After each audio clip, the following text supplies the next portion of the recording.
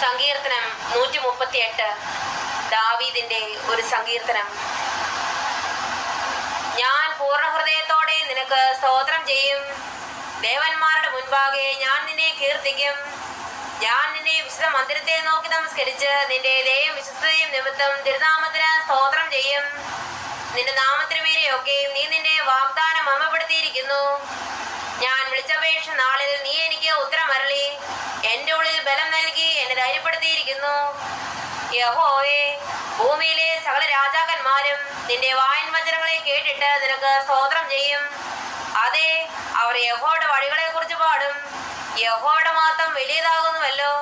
യഹോവ ഉന്നതനെങ്കിലും താഴ്മയുള്ളവനെ കടാക്ഷിക്കുന്നു. ഗർവിയെയോ അവൻ ദൂരത്ത് നിന്ന് അറിയുന്നു. ഞാൻ കഷ്ടതയുടെ നടുവിൽ നടന്നാലും നീ എന്നെ ജീവിപ്പിക്കും. എന്റെ ശത്രുക്കളുടെ ക്രോധത്തിന് നേരെ നീ കൈനീട്ടും. നിന്റെ വലങ്കൈ എന്നെ രക്ഷിക്കും. യഹോവ എനിക്ക് വേണ്ടി സമാപ്തി വരുത്തും. യഹോവേ, നിന്റെ ദയ എന്നേക്കുമുള്ളത്. തൃക്കൈയുള്ള പ്രവൃത്തിയെ ഉപേക്ഷിക്കരുതേ.